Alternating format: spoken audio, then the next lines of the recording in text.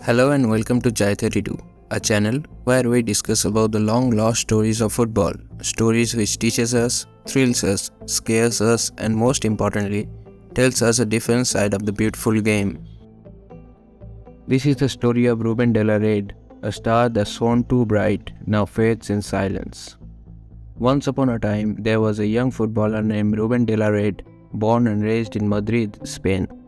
Ruben had a passion for football from a very young age. He joined Real Madrid's youth academy at the age of 14, where he worked hard and honed his skills. As he grew older, Ruben's talent began to shine through, and he quickly became one of the most promising young footballers in Spain. He was called up to Real Madrid's first team in 2003 and made his professional debut in a match against Deportivo La Coruña. Ruben came from the Canterano group, or more famously known as La Fabrica. He was a homegrown talent of Madrid, with already names like Casillas, Gucci, and the most famous one, Raúl. His career was set onto the path of glory, a journey meant to be going only upwards. Ruben joined Madrid at the age of 14, but his journey took a bumpy ride as he didn't impress that much in his early days. He was even transferred to CD Mostoles, after being told he was not good enough to play for Madrid. After his call up to the first team, he made his first team debut on 10th of November 2004. It was a 2-1 win versus CD Tenerife. His first La Liga appearance came on the 2nd of September 2005 versus Athletic Bilbao. It was a thumping 3-1 victory. He was called up to the main team under Fabio Capello in 2006 and 7 season. He made only 7 appearances. He scored only once. On 31st August of 2007, De La Red had his breakthrough. He was transferred to Madrid-based Getafe with a 2-year buyback clause in his contract. He joined his fellow Canterano Esteban Granero. Michael Laudrup, the former legendary Danish player, was the manager of Getafe at that time. He was so impressed by De La Red that he used him for everything that a player can do, from playmaking as a midfielder to shot-stopping as a centre-back. Ruben did it all. He had every trait as a footballer, from venomous polish to thunderous penalties. He was capable to do everything. His illustrious run of form continued in the UEFA Cup, facing Tottenham. Getafe trailed by a Jermaine Defoe goal. Then in 21st minute, an Esteban Granero free kick was tucked into the net by Ruben De La Red's header, a goal made in the training fields of La Fabrica. Getafe took the lead from a Braille goal in 71st minute. They beat Tottenham Hotspur in group stages. The shock was already made. Getafe topped the group with 3 wins and 1 loss. In round of 32, they faced Galatasaray and won. In round of 16, they faced Benfica. The manager of Benfica was former Real Madrid legend Jose Antonio Camacho.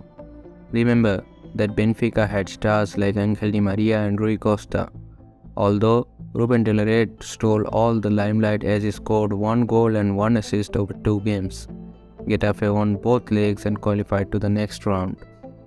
Then came the toughest challenge, Bayern Munich. Bayern Munich team featured Ribéry, Lahm, Schweinsteiger, Lucio and Luca Toni. With too many suspensions, Ruben De La Red started both legs as a centre-back. First tie ended in a 1-1 draw.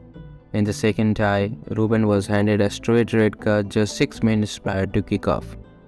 Though Getafe fought till the end, dragging the match till extra time, ending in a 3-3 draw. Gruesome loss based on away goals. His goals and assist number for Getafe in the 2007 and 8 season were outstanding for a midfielder, 9 goals and 4 assists. In the Copa del Rey competition, Getafe faced Burgos, Levante, Mallorca, Racing Santander respectively. They made their way to the finals of the Copa del Rey that season. They were about to face a Valencia squad full of talent and experience. Under Ronald Koeman, Valencia featured names like David Villa, David Silva, Juan Mata, David Abelda, Raúl Albiol, Ever Banega and Fernando Morientes. It proved to be too much for Getafe. They trailed by 2 goals in 11 minutes. Ultimately, they lost the final by 3-1.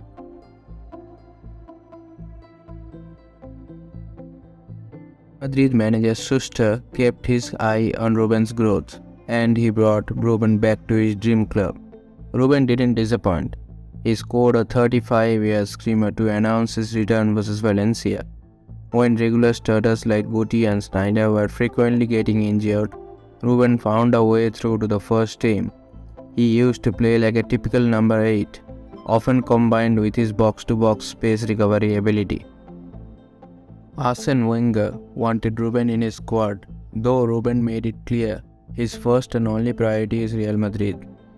He told in a press conference, "I have received offers from England and Spain, but I am very calm.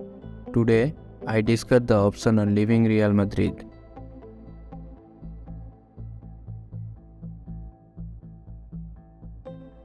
He played 11 matches and had broken into the starting lineup in his last 5 matches prior to the ultimate tragedy that was going to change his life forever. On October 30th, 2008, Ruben De La Red fell unconscious and fainted during the Copa del Rey match versus Real Union when he suffered a heart attack during a match. Despite being only 25 years old, he was forced to retire from professional football. It was a devastating blow for Ruben, who had dreamed of playing football at the highest level for many years. Yet, a mere 3 months after the euphoria of his Spain goal, it would all be over. Sometimes it is hard to believe Ruben could have joined Xabi Alonso in 2009 and could have went on to win the 2010 World Cup and 2012 Euro with Spain. Life hit Ruben hard. In his retirement announcement, he said, "I had to retire because of a problem with my heart, but my heart still beats for Real Madrid. I want to start giving my support to all those athletes who suffered like me, who have had their dreams cut short sooner than expected." Ruben ended his career with several trophies like La Liga and Supercopa de España. Moreover, he taught all football fans a tough lesson as well. He showed us to live in the moment. In the jargons of XGs and XAs, he taught us to enjoy the beautiful game.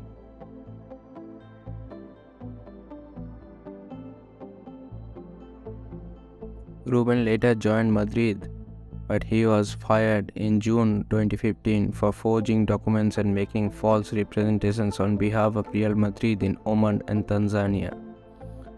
He recently featured in PK's Kings League. He is now living a private and peaceful life. This was the story of Ruben De La Red. Hope you have liked the video. Like the video, and for more such interesting stories, you can subscribe to my channel. Until then, adios. Hasta el final.